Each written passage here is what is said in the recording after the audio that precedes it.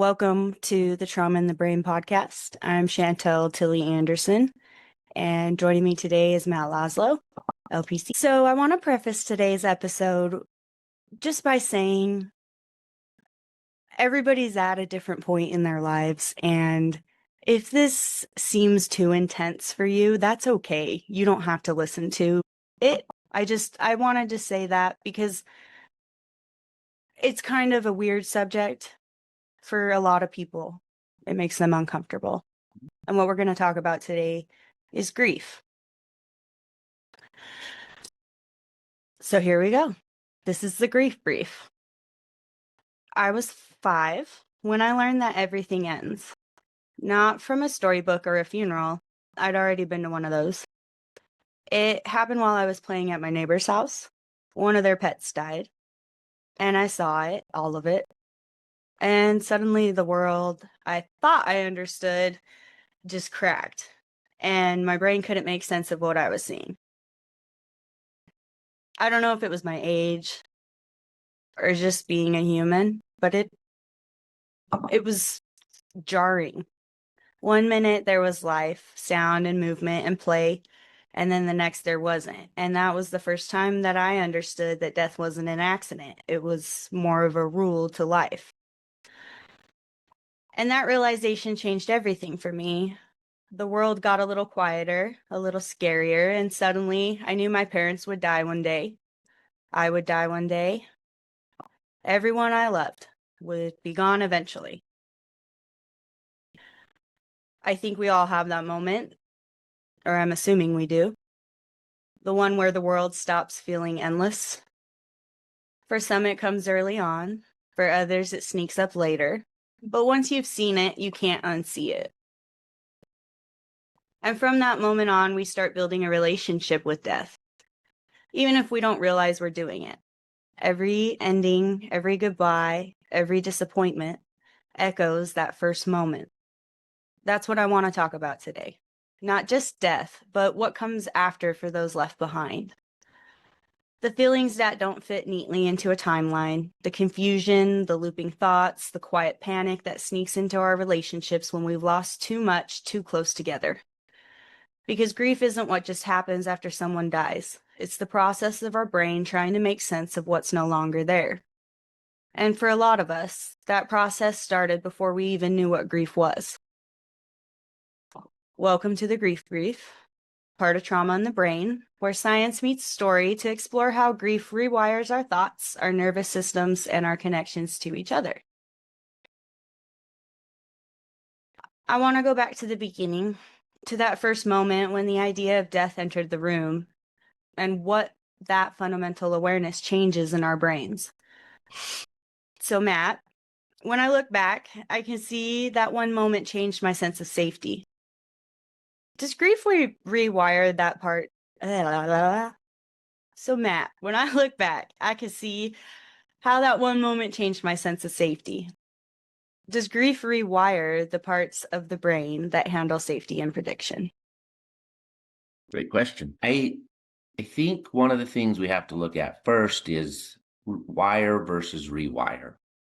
At a young age, you're creating millions of new neural pathways every day. In fact, I think it's every minute. And as those are created, some of them are more significant, more profound. Our mind chooses which ones. And if you utilize terminology from EMDR, you get interweaves and intertwined. And it doesn't rewire the brain, but what it does is creates a neural pathway that everything touches, everything weaves through at that point, right? Death is a part of my pet's life. It's a part of my life. It's a part of my parents' life. And so you see a lot of issues with that. The second thing is you mentioned that this happened at a young age, and you said my brain couldn't make sense of it. Well, a child's brain cannot make sense of death. There are too many variables happening at that moment that don't make sense. It's hard enough as an adult, even with our philosophy and religion and everything else, we struggle with it, how much more so for a child. We've got to look at what am I understanding here? What am I processing, and what information do I already have? I was thinking about, since you're talking about stories, I remember going to a funeral, and one of my cousins, a lot younger than us, was just bawling. He was unconsolable. And my mom said to his dad, "Does he know anything about death or heaven?" And his dad said, "No." And she's like, "Well, this is terrifying. Like, he has no idea." No. Now, never mind the fact that those were her beliefs of some of it, and I don't know what his beliefs were, so he may not have told him all of it. But this child had no idea why grandpa was not waking up. That's going to make the situation more traumatic. What have you learned? What information do you have to build the experience that you're seeing around? So you see it, and that's obviously traumatic, right? A lot of times. But then what does it lean up against? The safety of it, where it becomes complicated and complex, where always with dealing with trauma, grief or otherwise, is perception guides our reality. So one person watching it says, well, that's just a dog. It doesn't apply to humans. Another person says, yes, it applies to everybody. And then there's what Tali Shiro talks about, the optimism bias, wherein very often our brain says, that'll never happen to me. Whether that's true or not, and very often it's not, right? Death is an inevitability for everybody, but in any given moment, that may not sink in yet. Thank you. Hmm? Is there something in the way our brains process death that explains why it feels so foreign, even though we know it's all inevitable? How does it affect our core beliefs? And I guess can you give me a breakdown of what exactly core beliefs are first? Mhm. Yeah, a core belief, oftentimes, the terminology, the modality that I like for this is somewhat Freudian, somewhat cognitive therapy. If you think of a core belief, typically it lies at an unconscious level. We're not walking around referencing or citing our core beliefs, right? I don't think to myself, death is an inevitability every time I buckle my seatbelt. But because that core belief exists as a known truth, then I have cognitive structures above that at a subconscious level. Things like safety is important. And then at the conscious level, I have the thought, make sure to buckle your seatbelt. So core beliefs are very deeply held, unconscious, they very often connected to values that guide our everyday life, both in terms of morality, but also just simple day-to-day functioning, emotional behavior. Lots of people have the core belief that it's wrong to cry. That's going to affect emotional behavioral functioning all the time in everything. That one's obviously coming up a lot from some trauma work I've been doing recently. So that's, people may think that's a random core belief, but unfortunately, it often stems from trauma. I've seen it quite a bit too. Yeah. And the reason, a couple different reasons to look at as to why death is foreign for us. I've heard the religious perspective that death was not supposed to be an inevitability. So in a, what if this was never the plan, right? Uh, Whatever your higher power is, God may not have designed us to die. Now, for science, we have nothing to back that up, and the atheistic approach says a very different thing. But I think that they can kind of overlap because it's still foreign to us, because it's the one thing that, as much as we try, never really actually makes sense. You mentioned that at that point in time, I realized death is a rule. But in terms of behavioral psychology, it's what we call an intermittent reward rule and chaotic at best. So however that pet died, if he or she got hit by a car, well, then your brain goes, okay, if you get run over by a car, you die. And then at some point you hear about somebody getting in a horrible car accident and walking away from it. So instantly that which you thought you knew isn't concrete. So somebody dies of old age and your brain says, okay, death comes when you're old, and then somebody young dies. Your brain says, okay. So you constantly get these, I think I understand it, and it falls apart again. So our brain is frantically trying to integrate absolute black and white information, which our brain loves, and with death, it can't find it. It doesn't exist, other than we know it's inevitable, but we don't know how, why, when, where, or what will ultimately be the cause. And the things we know can cause it still at times don't. Again, someone was in a horrible car accident and got killed. Somebody else was in a horrible car accident and survived. And typically what we try to do in terms of safety is look at what I call the delusion of control. Well, clearly he survived because he had a seatbelt. And seatbelts are great. Of course, I'm not saying that anybody shouldn't wear seatbelts. But that may not have been the only variable that led to that outcome. My dad has a story about he was in a pretty bad rollover, not wearing his seatbelt, and the driver's side of the vehicle crushed to zero space. If he'd been wearing a seatbelt, he would have died. Mm-hmm. So people look at that and go, oh, I see, you shouldn't wear your seatbelt. No, tons of people survive because they wear their seatbelt. Again, our human brains don't like chaos. We don't like a lack of understanding, especially when it comes to something permanent like death. So I'll pause there. Ugh. It's terrifying and totally true.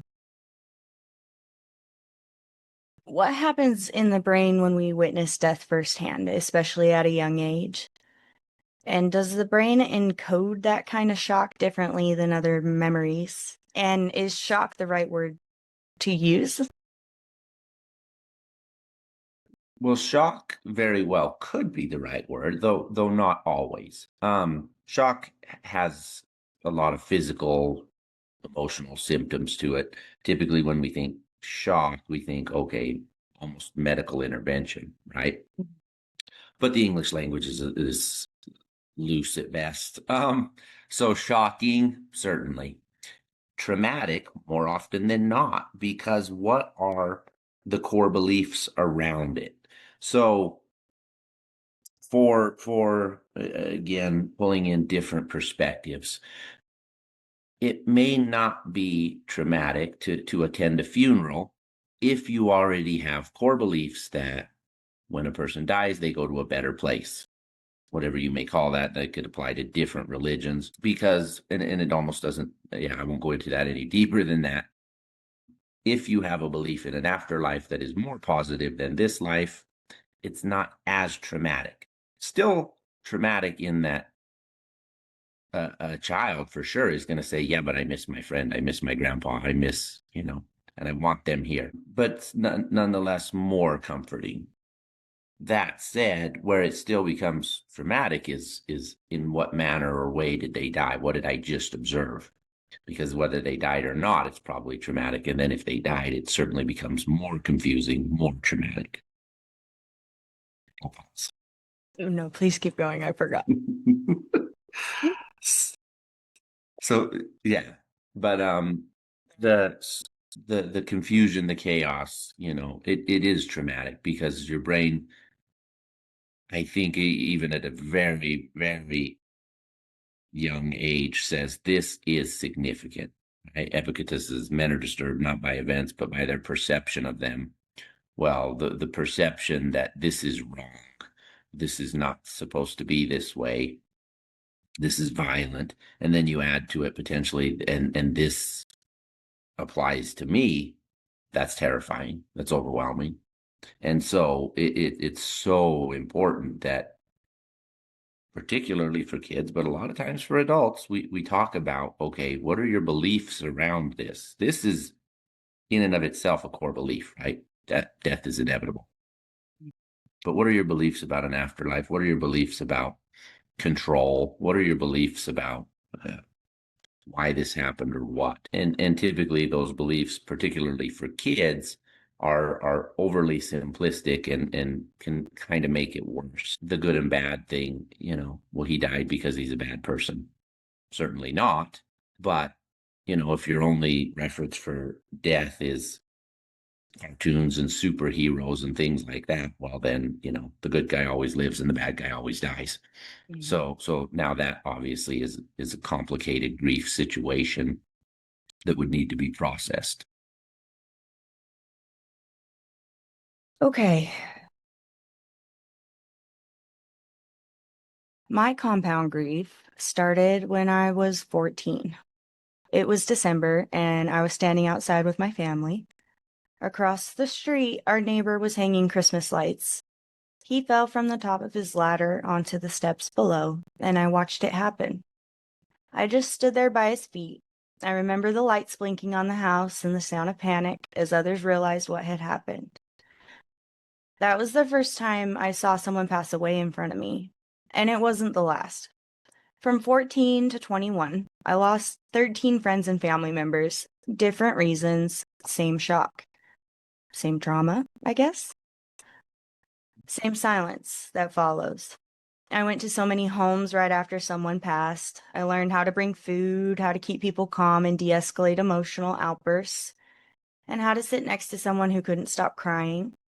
And through those experiences, I began to notice social and interpersonal patterns in every family that had recently experienced a loss. It was almost like there was a rhythm of grief that emerged the instant they found out about the loss. I learned how to take care of other people's grief. What I didn't learn was how to care for my own. Somewhere in there, I stopped processing loss one person at a time, and my brain just started stacking it. I think it was trying to distract me, keeping me focused on being useful so I wouldn't fall apart. For me, when grief hit over and over again, it all melded into one long, never-ending experience. And it stopped being separate losses, and it kind of became the backdrop to my entire life. It was like a low hum that never really went away. It was always over my shoulder. It was like emotional static, always there underneath everything else I felt, clingy and intrusive and familiar over time. Some days it was loud, some days it faded into the background, but it was always there. And after a while, I stopped realizing I was grieving at all. It just felt like me. Like that constant static had become who I was. The hardest part of it was how it changed the way I connect to people. Loss became so common that I started pulling back. I stopped forming new relationships because somewhere in my brain, connection had become a risk. No, more like a responsibility to have to ferry the next person I loved into their grave. Every attachment felt like a countdown. So, Matt, I know that was a lot of information. I want to start with my top question. When someone starts avoiding relationships because of repeated losses, what's happening in the brain's attachment system? Yeah, and before I get to that first question, I one thing that jumped out at me that you said in there is I stopped processing them individually. That in my mind is very problematic. The reason is one is not the same as another. Again, we're disturbed by our perception of an event. One person passes away, and your brain says, I don't know them. This is not going to affect me. I'm not particularly affected by it. Then your best friend passes away. And if you're trying to process those two losses exactly the same, you will not succeed. You have to acknowledge that With the first, theoretically, there's still the human experience of that's sad, right? You hear about uh, a celebrity, an actor, an actress passing away, and your brain says that's sad, but I didn't spend time with them. Thanksgiving dinner is not going to be affected by this, and you're allowed that. Then, when your best friend passes away, your brain says, "No, this is worse. This is going to affect me day to day," because there is a selfish component to it. Not using selfish in not with negative connotations, in the fact that your brain says this affects the self, and if it doesn't, that's good news. I don't want it to. Well, it's But almost like a discomfort right, for your brain. it is. And I put this for later, and I'll just say it and then circle back to it. The discomfort, our brain's sole purpose is to minimize or eliminate pain in the body, whether that's hunger pains or grief pains. So we have to some extent process each grief individually, brief though it may be, right? For the celebrity or the person that we don't know, or when somebody's simply telling us a story about somebody passing away that we have absolutely no knowledge of, we check in with ourselves and say, is this affecting me?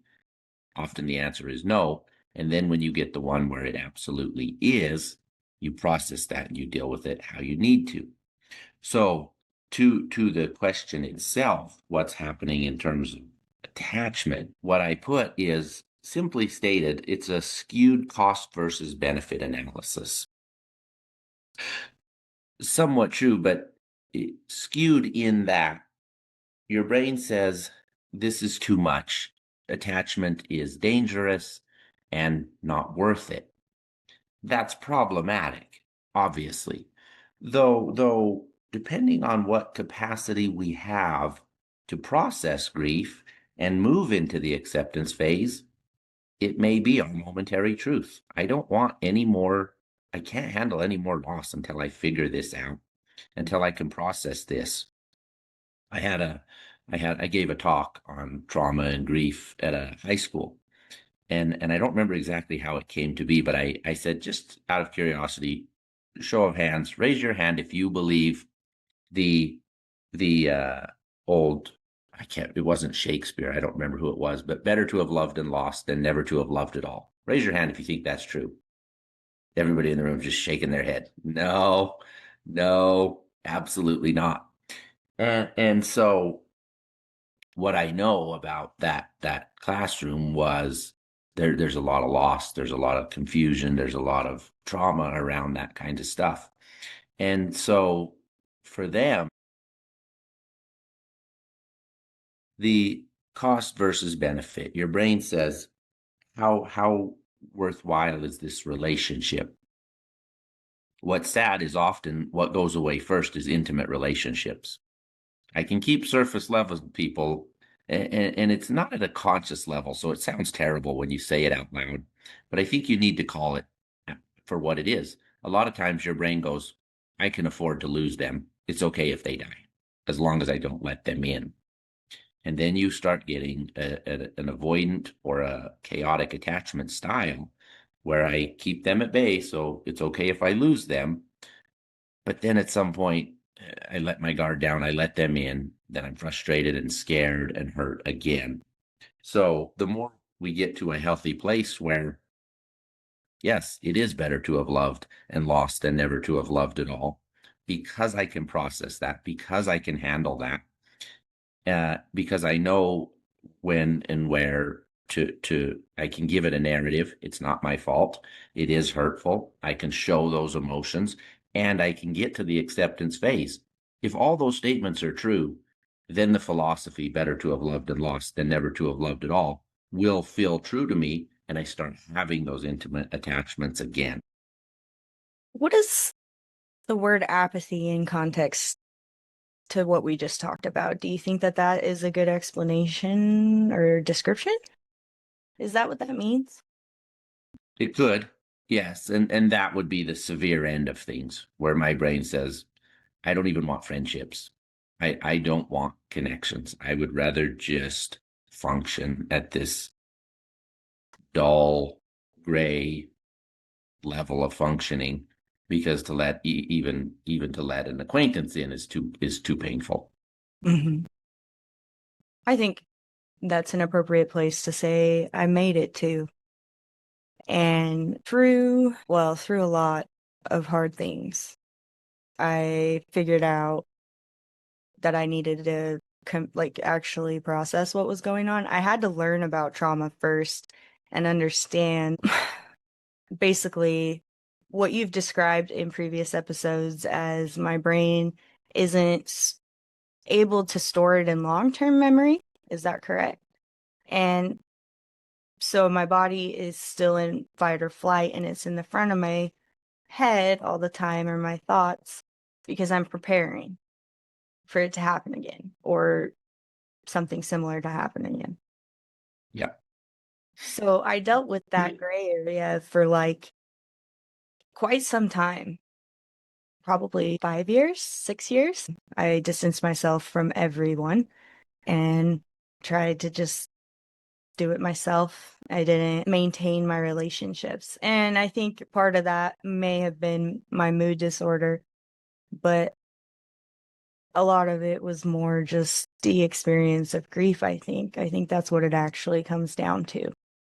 Because in the middle of all, Well, I got diagnosed with bipolar. And how do you accurately diagnose when somebody's going through something like that? and I have a somewhat, I suppose, controversial stance. I don't think it needs to be or should be. But my argument would be you shouldn't diagnose a mood disorder when somebody has that complex of grief. 13 people in I think you said less than 5 years. We're talking about some significant grief processes, and starting young, your brain says, I can't. This is too much.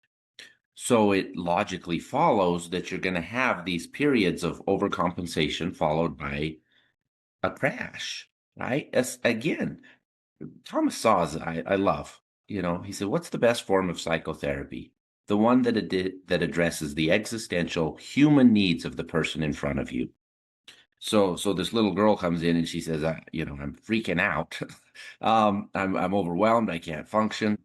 I'm not looking to diagnose her or give her a label. I'm going, tell me what's been going on for the last few years. And if she's referencing that much death, that's all I'm looking at first and foremost. Let's create some healthy neural pathways around death and attachment, and let's create some understanding and meaning around life itself, rather than only focusing on death. And then at the end of that, if you want to do psychological testing and find a diagnosis, then we'll do that. The other side of the coin being, well, if you diagnose and treat the mood disorder, then the other stuff comes easier. Tomato, tomato. I am obviously of the former school of thought. I am not adamantly opposed to others engaging the latter. So that's a big part of it, is what's going on at a human level and how are we addressing it. I guess EMDR is relatively new, isn't it? Like publicly being shared.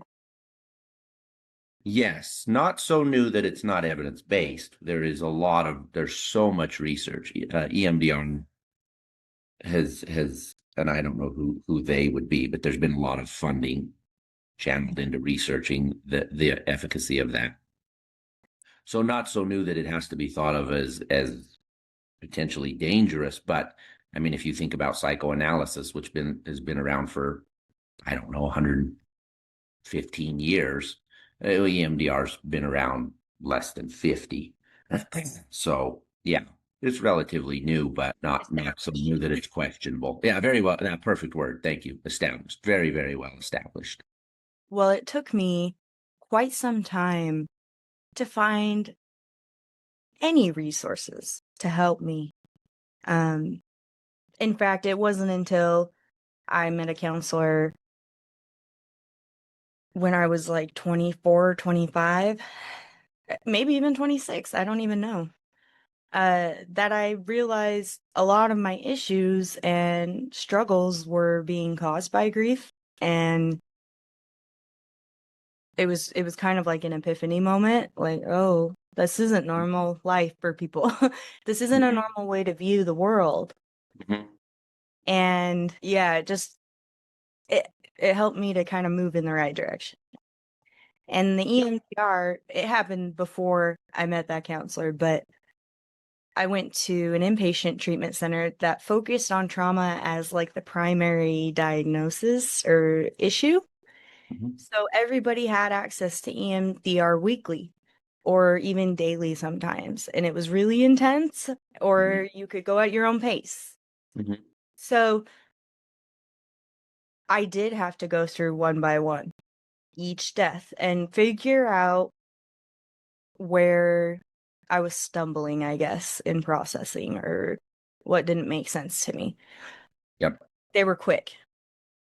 A lot of them were really quick to move through. Mhm. Um, some of them were really hard to move through and took like a days or Sessions. weeks. Yeah, multiple sessions.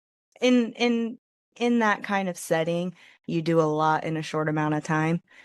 In outpatient setting, you would, go at a slower pace. You go home after. You're not in an environment that watches you for safety, which I Right. think really needs to be considered before somebody does EMDR. And I think as long as you have a professional that you're working with that's got education in that, Mhm. you're going to be good. Yeah. Well, EMDR changes lives. Yep. We'll keep putting that plug in. Yes. I wouldn't have been able to walk through what I just walked through with everyone had I not done EMDR. Mhm. At least not without an emotional response or Right. triggering response. Okay. Does grief mirror is grief trauma, A, and B, if it's not, does it mirror trauma or can it cause PTSD? Can you untangle that for me? Sure. Grief is not, I mean, we could even add another word, bereavement, right? The loss of someone is not inherently traumatic because I think when we take a look at it, we've all experienced a loss of somebody that we knew, an acquaintance, if you will, that we didn't lose sleep over, that we didn't have an emotional breakdown over. It didn't affect our day to day functioning. That said, we've also likely all had a traumatic loss that did. So bereavement can, right? Again, referencing the very simple trauma definition that I always use, trauma negatively affects our view of ourselves, our view of the world, or both. So negatively affecting the view of myself. What does that look like? Well, a death that I blame myself for, obviously you have trauma. Negatively affects our view of the world. If the belief system that starts to develop around bereavement is it's always looming, it's the world is unsafe, then you have trauma. Then you have the PTSD symptoms that would develop from that. So we have to create a relationship with bereavement and grief that is not traumatic. And that's hard. And what becomes so important is I tell people, positive affirmations get a bad rap because people use them wrong. You don't experience a death like you experienced as a young child and just tell yourself it's all okay. Your brain goes, no, it's not. No, it's not. Not even close. But a positive affirmation is a felt truth, something that says, okay, this loss, albeit sad, is not the end. For a lot of people, is very comforting. I also don't think it's sufficient to prevent trauma because I've experienced worked with a lot of people that said, everybody keeps telling me he's in a better place. And I don't care about that. I'm pissed. I want them back. I don't like the way it ended. Um, And so it's like, sure, that's a human experience. You're allowed that emotion. Let's talk about that. So our relationship with it has to be one of, yes, this is inevitability, but what do I live in fear of it, or do I embrace it? I think far too few people get to that place, and it's not easy.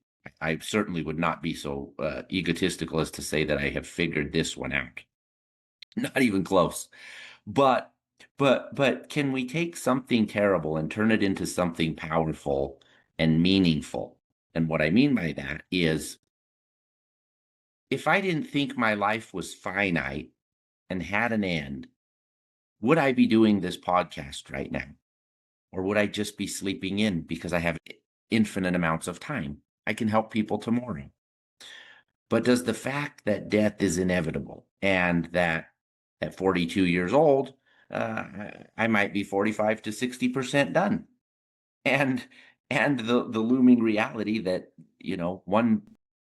one failed passing of a car on my way to or from work, and it's not 60% over, it's 95% over. That motivates us in positive ways. How do we let that drive us without fearing it? Right? I don't want to be having panic attacks every time I get in the car to come to work. But does it pull me away from relationships, or does it drive me harder into them? My parents are in town, so a generation above and a generation below. I've got my kids at home. Does the reality and the awareness of death cause me to go home and hug all four of them? Right? Because I know that it's not guaranteed. That's where death becomes a useful thing. Or we can turn it into something useful. Death itself may not be that, and it's certainly not wanted. Right? I love, in one of my trauma programs, they talked about a crisis as an opportunity, albeit an unwanted opportunity. Nobody wants to go through trauma, nor should it happen for all measurable standards.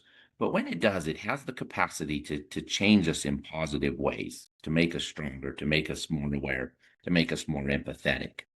So when we look at bereavement, grief, and trauma, what we need to look at is, how do you find positive meaning in all of this? How do you learn to navigate this life, that where death is an inevitability and is not mine to control? How do I still function, be healthy, be happy, and be connected? The attachment style that typically comes up when we first learn about grief is avoidant. We move away from it because it's scary. And it's not abnormal. You and I were talking before the podcast for just a minute about what is normal.